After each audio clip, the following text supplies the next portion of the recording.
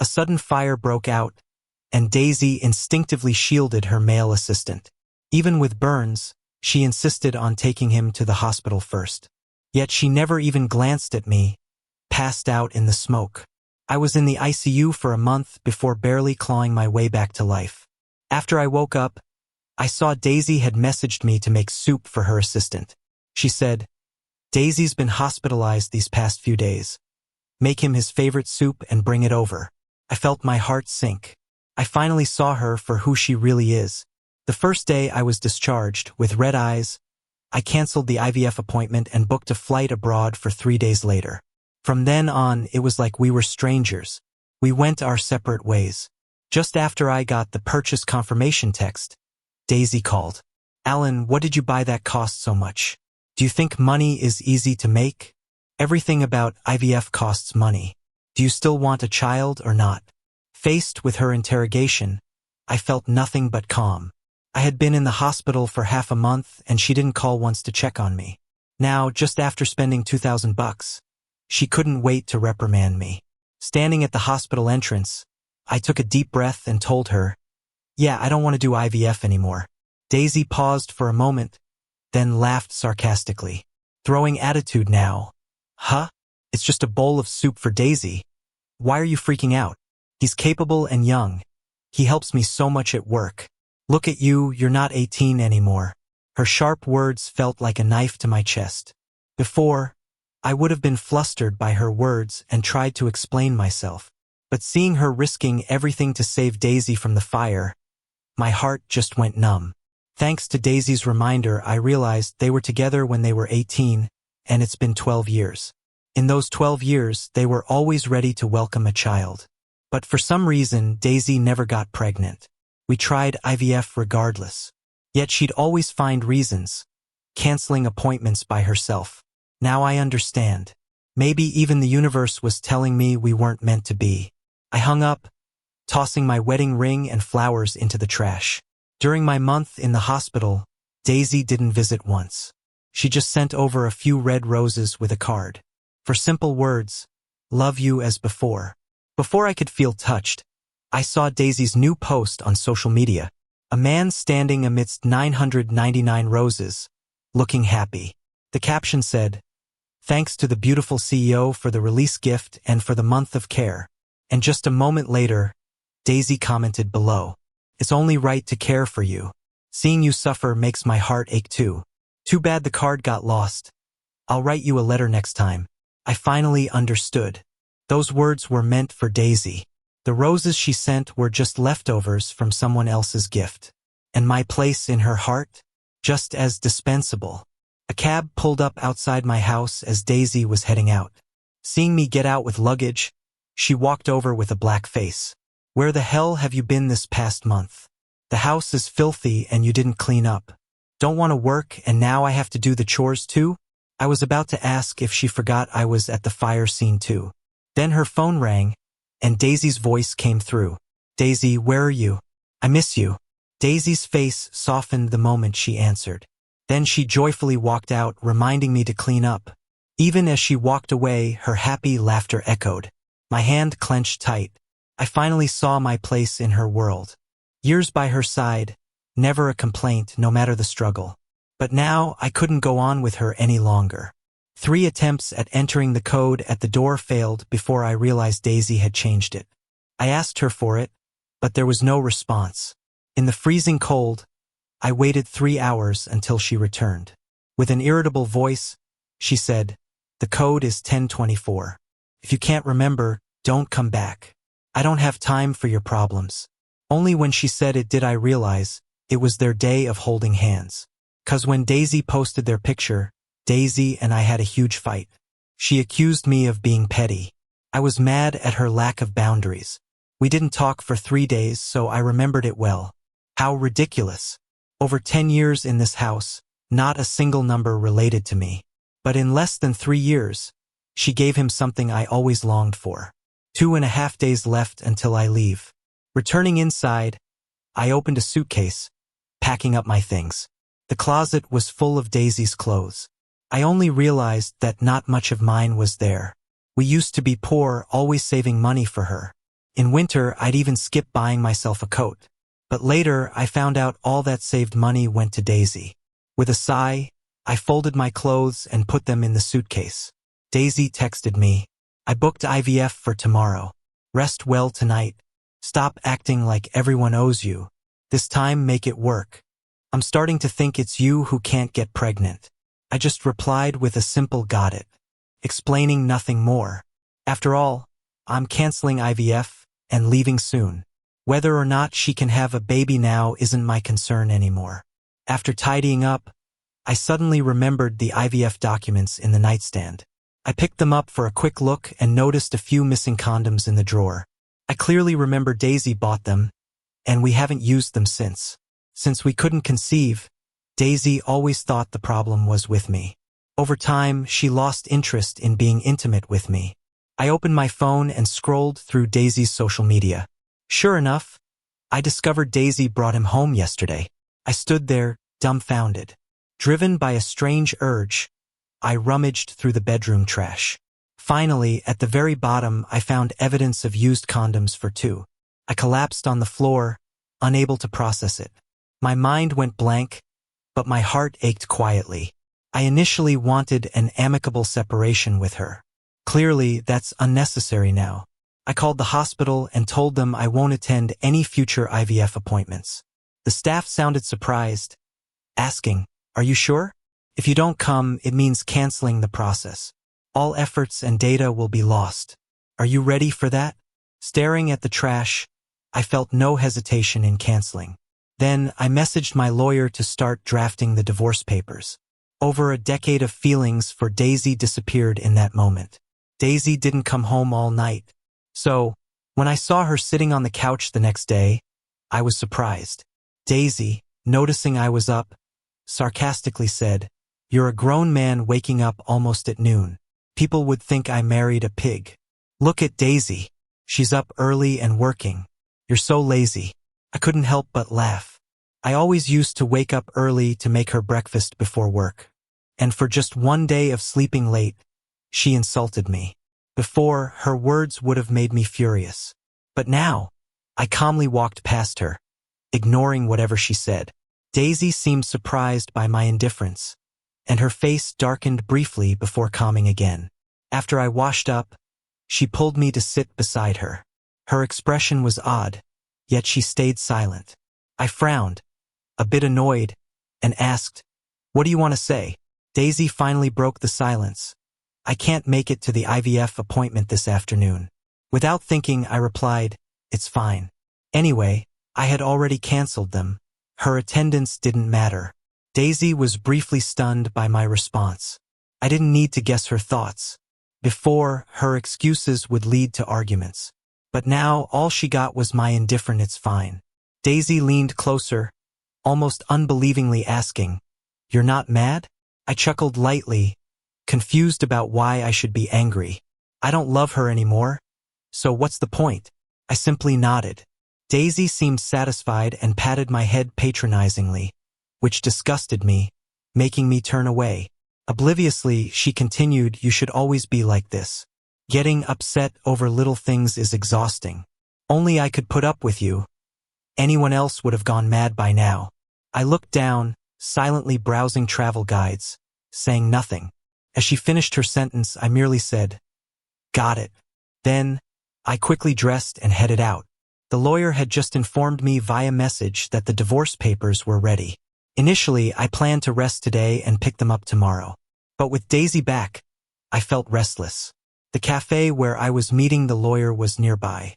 After retrieving the papers, Daisy soon texted me, like always, asking what she should cook for dinner. Normally, I'd rush out to buy what she asked for. Daisy had specific tastes unlike mine. She didn't like onions and cilantro, which I loved. But if she disliked them, they never appeared in my cooking. Yet now, with the divorce papers in hand at the grocery, I instinctively grabbed everything I enjoyed. By the time I returned from the store, it was dark. As I opened the door, I was met with the sound of laughter. The two turned to look at me, while Daisy's hand casually rested on another person's leg. I pretended not to notice, swapping shoes at the entrance. Daisy came over to help with my jacket, sounding slightly impatient. Why so late? Daisy and I are starving. Seeing the other man's smug face made me frown. Apologetically, he said, sorry, Alan. Daisy told me she was cooking, so I came over. If I'm in the way, I'll leave. He made a move to stand, but Daisy pushed him back, eyebrows furrowed. What are you saying? Alan can cook. No trouble, right, Alan? I placed the groceries down, not wanting to entertain their back and forth banter. Calmly, I replied, if you want to eat, just stay. Their eyes lit up instantly, somewhat disbelieving. Daisy asked me cautiously, you're not mad, right? I nodded, focusing on the veggies in my hands. Daisy stopped bothering me after that and went back to fooling around on the couch. My flight was the next morning, so this was our last meal together. It was like bringing a close to our decade-long relationship. So, I put extra care into making this meal. By the time the last dish was served, the room was quiet. I stepped out to see Daisy gently covering Daisy with a blanket. My gaze lingered, and I felt a tinge of bitterness. When Daisy saw me step out of the kitchen, her expression soured a little. She pulled me back to the kitchen, chiding, you said you weren't mad. Why'd it take you so long to cook? Calmly, I explained I made some complex dishes, so it took a bit longer. Without waiting for her response, I sat at the table and started eating alone. Daisy was already a little upset, and seeing the dishes covered in green onions only made it worse. Just as I picked up a bite of rice, she suddenly lost it. She dumped all the food I'd made into the trash. Daisy was furious but kept her voice low, so she wouldn't wake up the other Daisy in the living room. She pointed at me, accusing, Alan, did you do it on purpose? I didn't answer, just looked regretfully at the food in the trash. I'd spent all evening cooking, and I hadn't even tasted it before Daisy threw it away. I sighed and thought, maybe it was destiny. Seeing my calm face, Daisy showed a brief hint of panic. She wanted to apologize but couldn't swallow her pride. So, she went to the living room, woke Daisy, and left with her. In silence, I cleaned up and washed my hands before grabbing my phone. Daisy had updated her profile. At 1 a.m., she posted a picture full of delicious food. It wasn't until I read Daisy's comment that I realized she made it all for Daisy. I chuckled bitterly, and tears started falling as I laughed. Brushing them away, my cheeks were already wet. Funny how it doesn't seem like I love her anymore, yet it still hurts. The next morning, I left the divorce papers in plain view on the table. I left a note saying, I have no regrets loving you all these years. I've canceled the IVF. Don't look for me. Goodbye for good. Just as I finished writing, I received a message from Daisy. She apologized, saying, I was wrong last night. I've neglected you these past days. I'll cook tonight and make it up to you, all right? With a sarcastic laugh, I ignored the message and turned off my phone. Then, grabbing my luggage, I boarded a plane abroad. A few hours on the plane were enough to revisit a decade of memories. The more I thought about it, the more young Alan seemed pathetic. In the early years of marriage, I moved to her city alone. Aside from her, I knew no one, so when she asked me to handle things at home so she could start a business, I agreed without hesitation. When her business failed, I gave her $200K from my savings to help. But as her company grew, she forgot my sacrifices and criticized me for doing nothing at home. She constantly praised Daisy for all the help she provided. At the time, her words made me feel small. As Daisy and she grew closer, I feared being left alone, so I pretended not to notice. Painful memories gnawed at my heart like ants, leaving nothing but sorrow. It wasn't until the plane landed that I pulled myself out of those memories. Daisy thought I'd stay home waiting for her to come back and cook. But in reality, I was already in Finland. Once off the plane, I turned on my phone and immediately saw countless messages from Daisy. She kept calling, demanding to know where I was. Even Daisy messaged, scolding me for my behavior toward Daisy. I glanced at the messages and let out a cold laugh. Then I blocked both their numbers without hesitation. I wasn't planning to stay in Finland long, so I did some research and found a lodge run by folks from back home. As I caught a cab from the airport, I felt the warmth of home even before arriving. But there was a slight hiccup. Having just arrived, I hadn't had the chance to exchange any money. Excited yet unsure, I stood awkwardly outside the lodge. A young woman checking in noticed my predicament. Speaking fluent Finnish, she explained things to the cabbie and paid for my ride. Grateful, I pulled out my phone to repay her. Looking up, I realized she was the lawyer who drafted my divorce papers. Surprised, I asked, "Mandy, what are you doing here?" She seemed to recall and laughed. "After months of work, I just wanted a break." I nodded in understanding. Walking into the lodge together, I noticed she was alone too. About to speak, Mandy turned and asked, "Since we're both here, how about dinner together?" Shyly, I nodded and said, "Sure." Just as Mandy was about to say something else, my phone rang. Apologizing, I went to a quiet corner to take the call. It was Daisy on the other end, using a different number. I listened, silent and a bit exasperated, as Daisy's angry voice surged through the phone. She questioned me, "Alan, why are you always so moody? What's going on this time? Just because I didn't go with you for IVF, you're gonna divorce me?" I thought she'd change a bit after I left. Turns out, I was just fooling myself. I overestimated how much I mattered to her. Annoyed, I hung up, not wanting to hear any more nonsense. I grabbed my stuff and went back to the room to rest. Lying in bed, it all felt kind of surreal. Finland is such a romantic place. Over the years, I told Daisy many times I wanted to visit. She always said no, blaming work. But later, she posted on social media that she wanted to see the snow.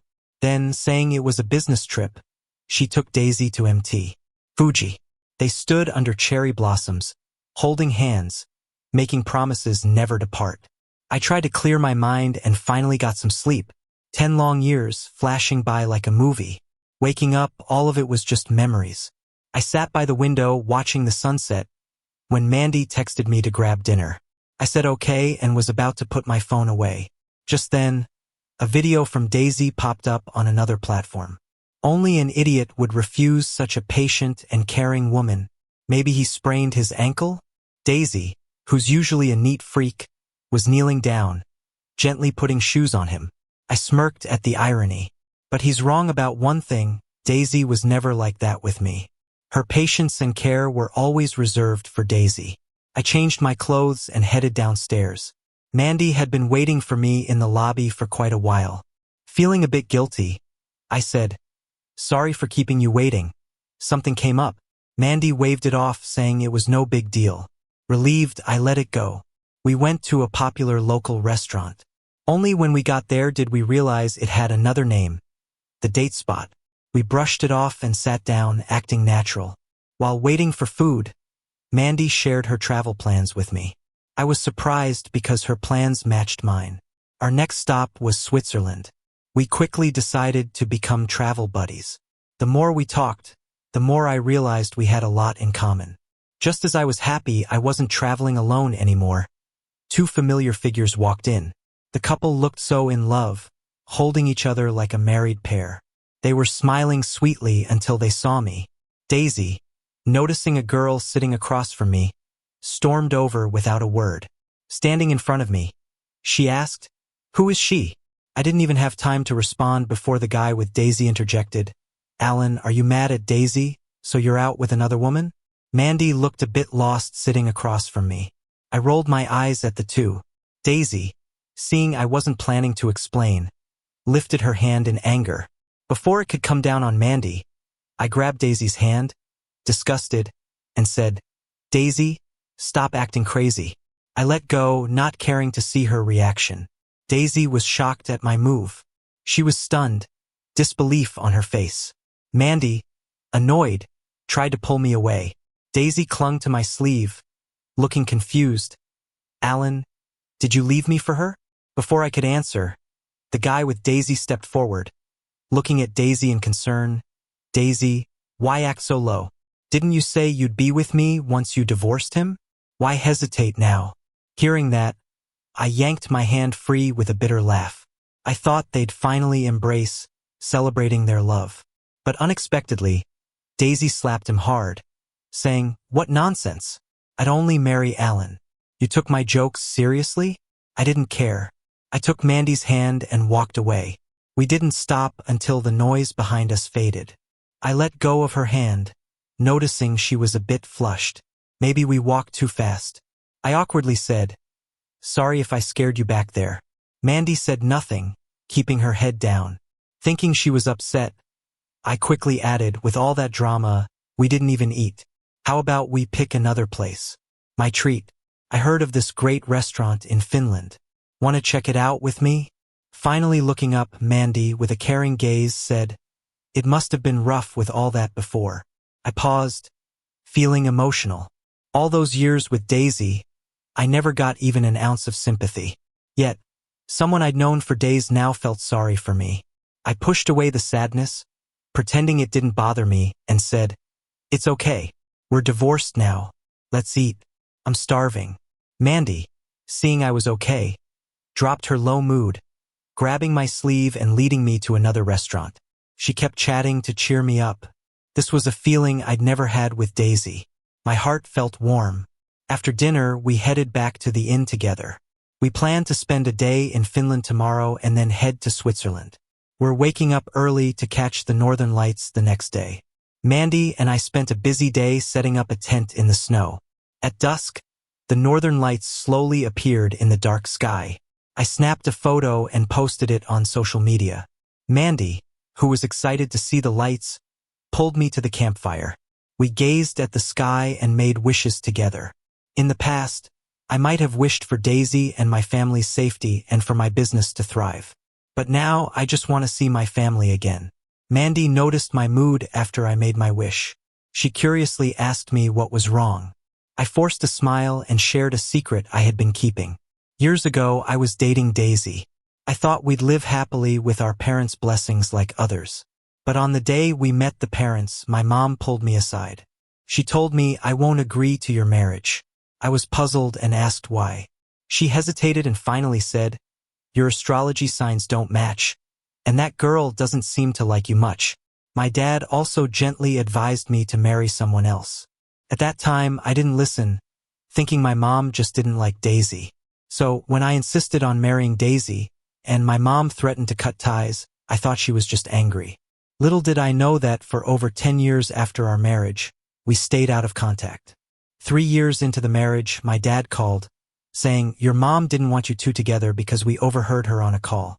Your mom's just too stubborn to reach out, and so are you." I was too caught up in my new marriage bliss to care, and never got back to them. Now, I believe my dad. Maybe Daisy was seeing someone else before we got married. I chuckled bitterly, feeling a pang of guilt. "Do you think it's too late to apologize to him now?" Mandy comforted me, saying it's never too late. After all, they're my parents. There was a spark of hope in my eyes. One reason I couldn't face my mom was I had asked Daisy the same question. Her response was, "This is our home now. Your parents didn't want us together, so why bother?" I figured my mom must hate me as much as Daisy said, so I never reached out to them. But Mandy gave me a clear answer. "I've decided that once I get back from Switzerland, I'll apologize to my parents." That photo I posted accidentally caught Mandy's silhouette. Friends unaware commented, "You two are still so in love? Amazing after all these years. I'm so envious of your long-lasting love." Seeing their comments, I had to explain to each one. But there were too many, so I posted a status, clarifying that Daisy and I had divorced. Mandy and I spent a few days in Finland, then headed to Switzerland. In a few short days, we got along like old friends. We never argued and were surprisingly in sync over the smallest things. I couldn't help but remember the honeymoon trip with Daisy, our only vacation together. We argued for 6 out of the 7 days, with peace only on the flight home where silence was necessary. Perhaps everything was destined. Even fate showed our incompatibility early on. But I ignored it. On our last day, we went skiing in Engelberg. Mandy was all geared up and eager to try skiing, though she wasn't skilled yet. She stood at the edge, inching along. But she was quick to learn. Watching others, she quickly got the hang of it. I stayed behind her, ready to catch her if she fell. It was a warm moment, interrupted by someone skiing past too fast, spraying a snow wave over a meter high. Instinctively, I shielded Mandy. Once the snow settled, Mandy glanced over my shoulder. My field of vision was covered in snow, so I couldn't see her expression. She laughed, dusting the snow off my shoulders. I asked what was so funny. Mandy wiped the snow off my goggles and pointed. The skier who caused the snow wave had fallen in the nearby clearing. I looked at the clumsy figure and chuckled. Then the skier removed their helmet, revealing a familiar face. Daisy was pouting, looking off into the distance. Following her gaze, I noticed Daisy watching. Maybe my stare was too intense. Daisy glanced my way too. We made brief eye contact. A flash of panic crossed her face but vanished quickly. I turned away, pretending not to notice, and focused on helping Mandy ski. Sensing my change in mood, Mandy became a bit quieter too. I lost track of when Daisy, holding her skis, returned to the starting point. As he was about to dash down, he passed right by us. His skis pointed up just like earlier when he scattered the snow around. But this time, we clearly saw his move. Turns out Daisy recognized me, and he was purposefully kicking up snow in our direction. I was just about to get back at him for that. But Mandy beat me to it. She grabbed some snow from the ground and threw it right in Daisy's face. Before he could even glide onto the open space, he slipped and fell. Mandy and I doubled over, laughing hard. Daisy got up, glared at us like he wanted to tear us apart. But Mandy and I didn't care. She even made a silly face at him. Daisy couldn't take it anymore and walked over to Mandy. "Aren't you going way too far? Is this how you blatantly bully people?" Daisy followed behind Daisy. I pulled Mandy behind me, blocking her. I knew she did it for me, so when Daisy messed with her, I had to step in. Seeing my move, Daisy's eyes turned a bit red. She looked at me pitifully and said, "Alan, why are you defending her?" I let out a sarcastic laugh and retorted, "Should I be defending you instead?" Daisy pointed at me with a trembling hand. "Alan, we've been married so long. How can you take someone else's side?" I impatiently reminded her, "Did you forget we're already divorced? Need me to read you the divorce papers again?" Daisy was left speechless.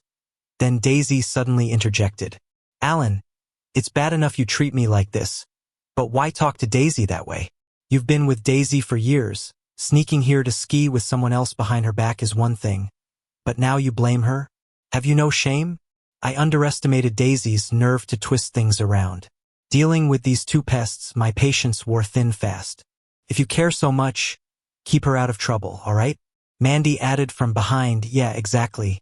After that, I took Mandy's hand, planning to find a quieter place to ski. Daisy yelled my name hopelessly from behind. "Alan, have you really forgotten all our years together?"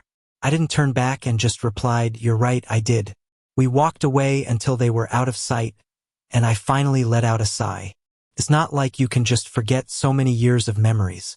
But these recent happy days helped me push aside my worries, making my decision clearer.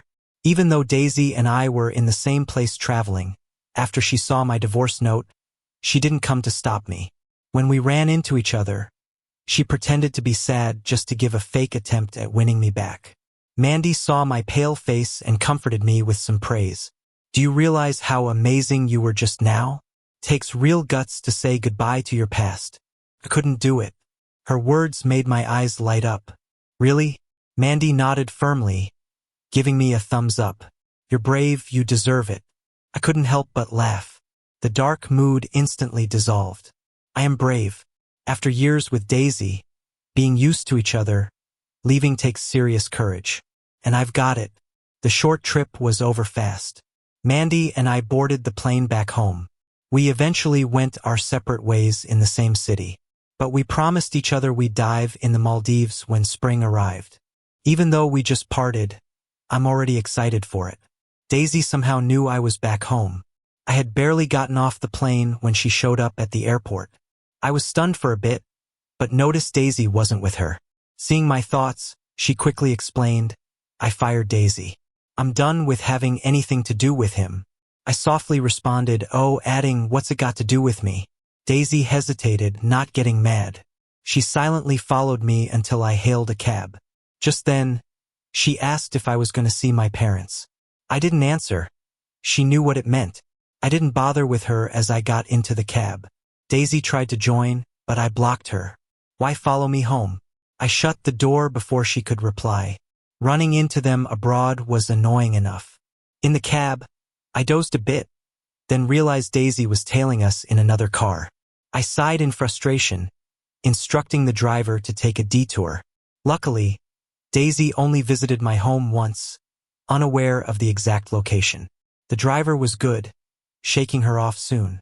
As we neared my parents' place, my heart started racing. It's been over a decade since we met. Would they even recognize me? The more I thought about it, the guiltier I felt. I didn't even know if the money I sent to their account over the years had been noticed. As I was lost in thought, the car stopped in front of my house. An elderly person stood at the door, gazing into the distance with a hopeful look in her eyes. I got out of the car and realized it was my mother, whom I hadn't seen for years. Her eyesight wasn't great, but she recognized me the moment I stepped out of the car. She stood at the door, a bit overwhelmed, wiping her hands on her clothes repeatedly. My eyes instantly filled with tears as one fell down my cheek. I quickly stepped forward and hugged her tightly. "Mom," I said. She seemed stunned at first, just staring at me. But when I said that word, she hugged me tightly in return. Dad heard the commotion and came out too, calling my childhood name with excitement. We hugged each other and cried, but no one mentioned why it had been so long since we last met. My mom, who looked like she had aged 10 years, suddenly had a smile on her face when she saw me. She seemed more vibrant too. During my time at home, the table was always filled with my favorite dishes. Mom even bought lots of snacks I loved as a kid, just in case I showed up suddenly and there was nothing to offer. I noticed some of the snacks were way past their expiration date. I tore open a package and ate them in big bites under Mom's hopeful gaze. I ate too fast and choked a bit. Mom laughed with joy, just like she did when I was little, and reached out to help me catch my breath. I joined in her laughter. We laughed until tears ran down our faces. At some point, Daisy had somehow gotten my old home's address. I ran into her while taking out the trash, noticing she was going door to door with a note. I pulled her aside into a corner. A bit annoyed. "We've broken up. What's the point of this?" Daisy, still not catching on, heard my accusing tone. She stood there, unsure, before speaking up. "But Alan, I don't want to be apart from you. I already fired Daisy. If you don't believe me, go ask the office," she pleaded. "Please don't leave me." I furrowed my brows in frustration, not understanding her persistence. I still spoke with irritation. "I don't care if it's true or not. Daisy, don't you think saying this now is fake?